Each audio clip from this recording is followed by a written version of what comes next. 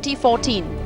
Ancient trellis work from the Mughal period dating back to Jahangir's rule appeared in an auction catalogue of Indian paintings and courtly objects at the Asia Week in New York.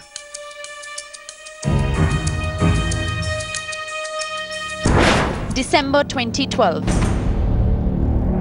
Dagger with the ivory handle worth several lakhs of rupees goes missing from Gallery 2 of the Nakar Khana, the War Museum at the Red Fort. 4 months later, in April 2013, the ASI finally registered an FIR after a media report highlighted the matter. Suspiciously, no locks were broken and no glass panels were tampered, yet a committee investigating held nobody responsible.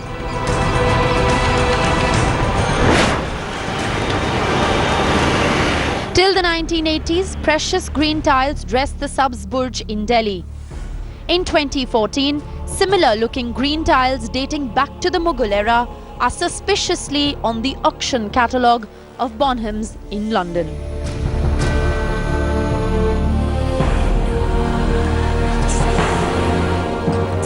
It is said that the Archaeological Survey of India mistakenly took away the Persian architecture antique green stone that used to dress the top of the Sabz Burj monument behind me. They replaced it with a blue stone in the name of restoration.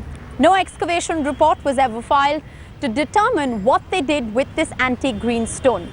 67 years after India's independence, our historical antiquities and artifacts continue to go missing. There are no colonial masters to fleece away our heritage, no invading armies to loot and to plunder. Yet, antiquities are stolen and often are found glorified in catalogues, auction catalogues world over. In November 2013, the Comptroller and Auditor General of India placed a report in Parliament that detailed the extent of the malaise. 131 antiquities were stolen from various monuments and 37 antiquities from site museums. This is a conservative estimate given the fact that a large number of antiquities, as per the report, are not even registered with the Archaeological Survey of India. The report states that there were about 5 lakh unprotected monuments and about 70 lakh antiquities available in India at different places. Most of them were not even registered. The 300-page report out in the public domain has held the Archaeological Survey of India culpable of damage, destruction and loss of heritage. The ASI, as the custodian of antiquities, doesn't even maintain a database of the total number of antiquities in its possession. In the absence of centralized information, the report claims there was a significant risk of theft or loss of these antiques. The CAG report categorically states that the Archaeological Survey of India has absolutely no way of verifying the genuineness of the artifacts that lie in museums across the length and breadth of India. This has not just led to rampant deterioration, but has also fueled the smuggling racket. Indian antiques have become potential money spinners and are filling foreign coffers. Theft is often unreported, missing antiques slip through memory, and undocumented ones fall prey to the smuggling syndicate. The CAG report tabled in Parliament in 2013 says there is no policy for conservation and restoration. Thus, there is rampant, large-scale deterioration of artifacts. Antiques gather dust in the most priced, centrally protected national museums across the main cities of the length and breadth of this country. Headlines Today carried out a spot check on 4 cities and 4 museums that were mentioned in this CAG report.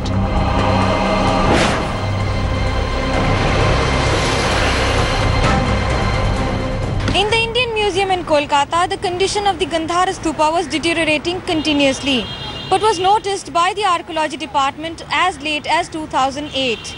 In that year, the lack of policy for renovation and restoration was the reason for which not much action could be taken.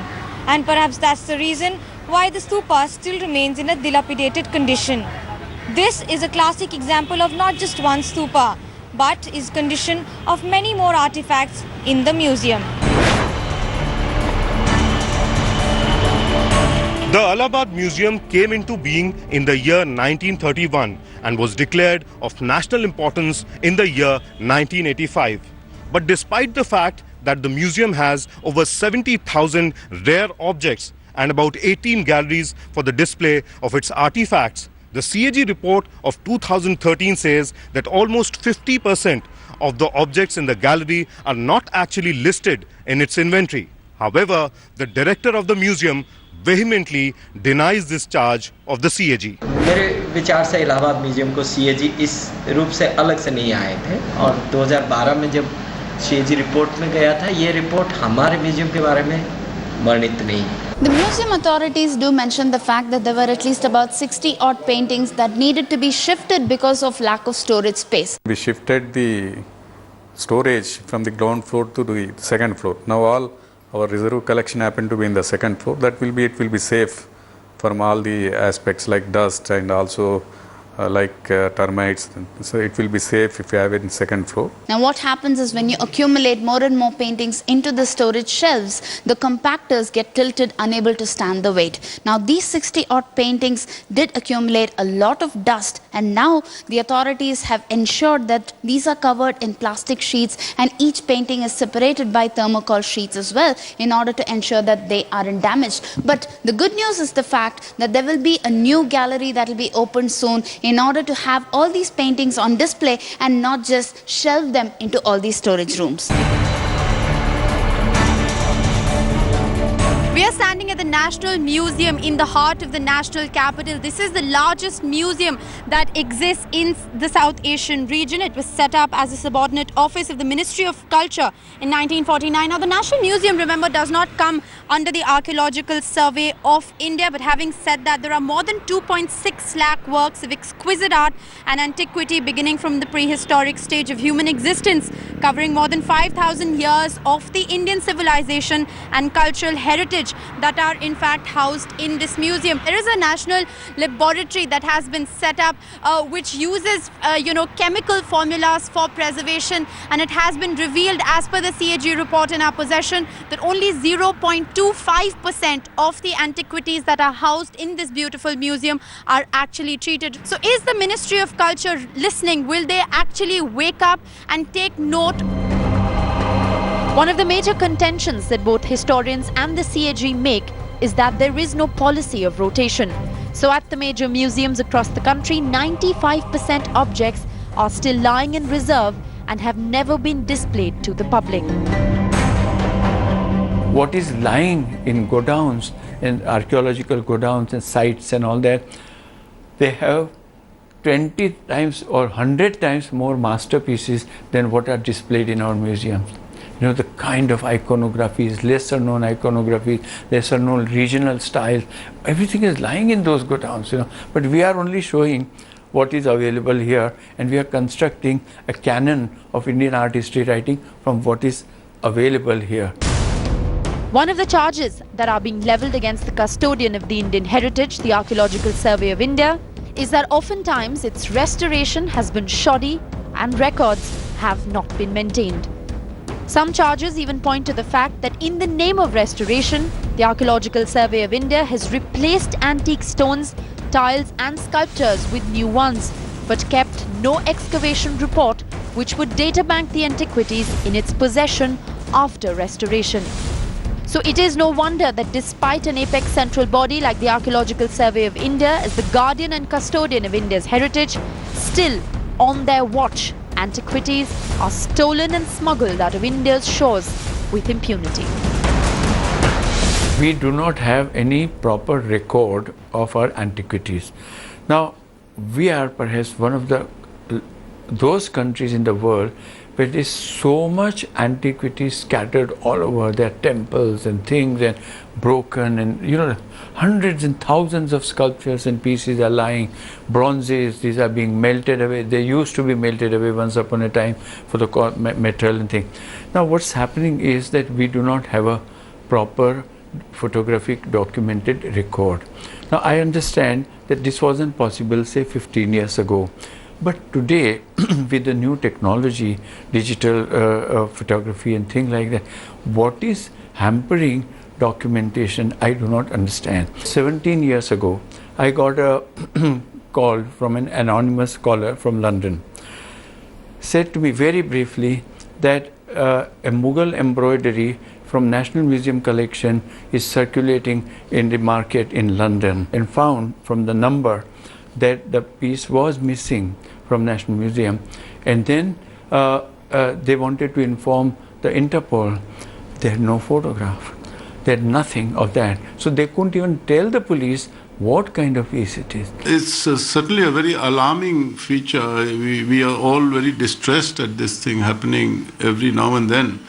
And even in the Indian Museum in Calcutta, even in a lot of archaeological sites, especially in near Calcutta, like Chandraketugarh and all, there have been artifacts which have gone missing. And one of the main reasons for this is that there is, in my opinion, lack of inventorization. So if you don't know what you have, if something goes missing, how will you get to know? So overall, there's been a lack of professionalism in our museum management. The most glaring of ASI's failures could be this one, the Sabz Burj, a reminder of the Persian architecture, a police station in the British Raj, and now a ruin that marks the busy Nizamuddin crossing in the heart of India's capital. The glistening green stone mistakenly replaced by the ASI by blue stone. The traces of green still visible on the monument, and suspiciously a similar green stone now being auctioned at Bonham's in London. The iconic Nizamuddin Dargah in New Delhi. In the tomb of Jahanara, the sister of Aurangzeb, the daughter of Shah Jahan, located inside the Dargah, the piece that was central to the tomb of the Mughal princess is missing. The slab of the pristine white intricately carved marble missing from the top that dresses the enclosure of the dome. Many stones replaced. As antiquities from national sites are reported missing, randomly replaced with their newer versions, who accounts for the ruin with the antique value? Is it restored? Is it preserved? Or is it simply sold? It seems to be an authority unto itself. So no one is held accountable until a CAG report comes or someone else begins to investigate. Excavations are done, reports are not prepared. So in the meantime, if things get lost, what is lost, who knows? Things have not been listed, things have not been accounted for. So if something is not accounted for, if something goes missing, who knows about it? So I think that rot runs deep.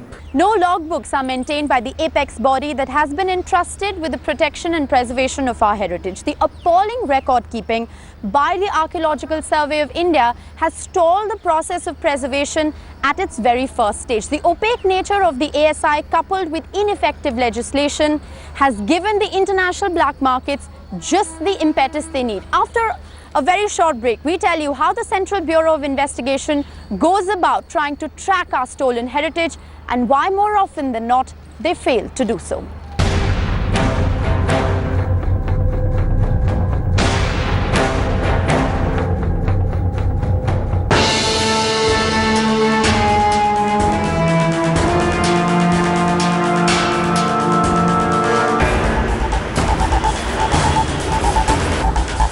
When a listed antique or artifact goes missing, it is the Central Bureau of Investigation which enters the picture. There is a special cell that looks at art and antique theft, where insiders and former investigators with the CBI reveal why retrieval is an impossibility. The retrieval process depends upon the agreements between the two countries, depending upon Vienna Convention. As per that, we should have an FIR lodged at the time of when the theft was committed. If it is not there, they will not retrieve. This is the fundamental principles, and that offence should be also an offence in the other country. Then so only FIR is the first thing. And registration. And other documents means, suppose I have an antiquity, it is stolen, it is already registered with, every antiquity is basically registered with ASI. ASI has everything about that, the photographs and other things, the origin, where it was found, where it came, who is the owner of antiquity in India. All these have to be submitted. That's why retrieval process is very difficult. That's why only rarest of the rare cases we have been able to retrieve. The international market for smuggled antiquities runs into thousands of millions of dollars. Indian artifacts are highly valued, especially in markets like the United States of America, because their local heritage does not go beyond mere 3 centuries. Money power in Western democracies makes private collectors the keenest of buyers. London remains crucial as it provides a link to the USA. Buddha sculptures are of great value and demand in markets such as Japan. According to CBI sources, a lot of Indian antiques are also smuggled into private collectors' hands in Switzerland and in Singapore. The Festival of India that is held in Singapore was to auction a Buddha idol stolen from the Patna Museum for a whopping $4 million. This racket was unearthed by the CBI in 2008. What is even more intriguing is the way the smuggling syndicate works. It's a well-oiled machine that's at play and that have learned the ropes to skirt Indian legislation and law with precision. By presenting the fake replica of the antiquity, and they will, after getting the permission, they will export in a legal manner the original antiquity. नहीं वो कहेंगे this is an art piece, we want to export it. It is allowed if it is not an antiquity. Whereas what they export, that is the original antiquity and not the fake one.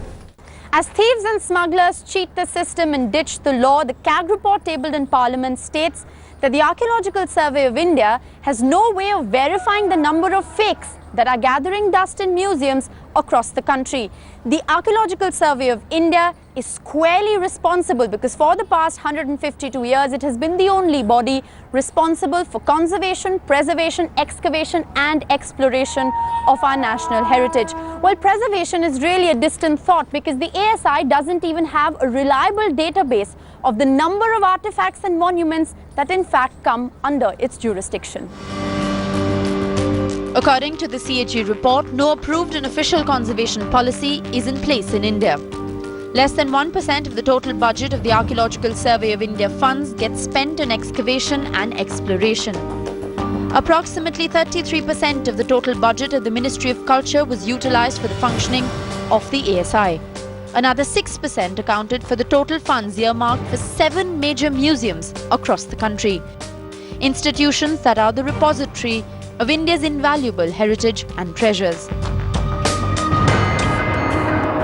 If you look at the ASI's personnel, a lot of posts are vacant. They're not able to fill up the posts. ASI has to get out of the mindset that it is their heritage. It is our heritage. It's the country's heritage. If that attitudinal change takes place, they might look at more institutions, more organizations to help them do their work. But they don't. That attitudinal thing is there, that they build a wall around themselves and they're under-resourced. So everything compounds to create a problem. They lack certain technical expertise. The museology is pathetic. Their conservation is pathetic. All over the world things are progressing. But here they sit tight on what they have. We can't go on depending as we do, that we just depend on government employees, people who are employed by us, and leave the civil society out. It's not possible. There are a lot of people in civil society who are willing to work. I know it, I'm an insider, I know it. So many people would like to associate on project basis, they would like to associate in their own region, they would like to take charge of certain monuments, they would like to, lot of possibilities there. The Parliament of India has been made aware of the rampant loss and theft of India's heritage. The CAG report, in all its 300 pages, has pointed out the problems, pointed at the culprits, and even recommended possible course correction measures. Yet, the national shame continues, right under the nose of the Archaeological Survey of India. As the smuggling syndicate thrives, why are there no excavation reports? Who is the Archaeological Survey of India responsible to when it fails to document, record and safeguard India's national heritage? There are some glaring irregularities and some big questions that beg for answers. But also, can the Archaeological Survey of India be held single-handedly responsible as the custodian and guardian of India's national heritage when it is a body that's grossly under-resourced, parched of funds and works only with a handful of archaeologists and diploma engineers? These are big questions, but India seems so busy looking towards the future that it has forgotten to honor her past, forgotten that the past is very important to clinch the future.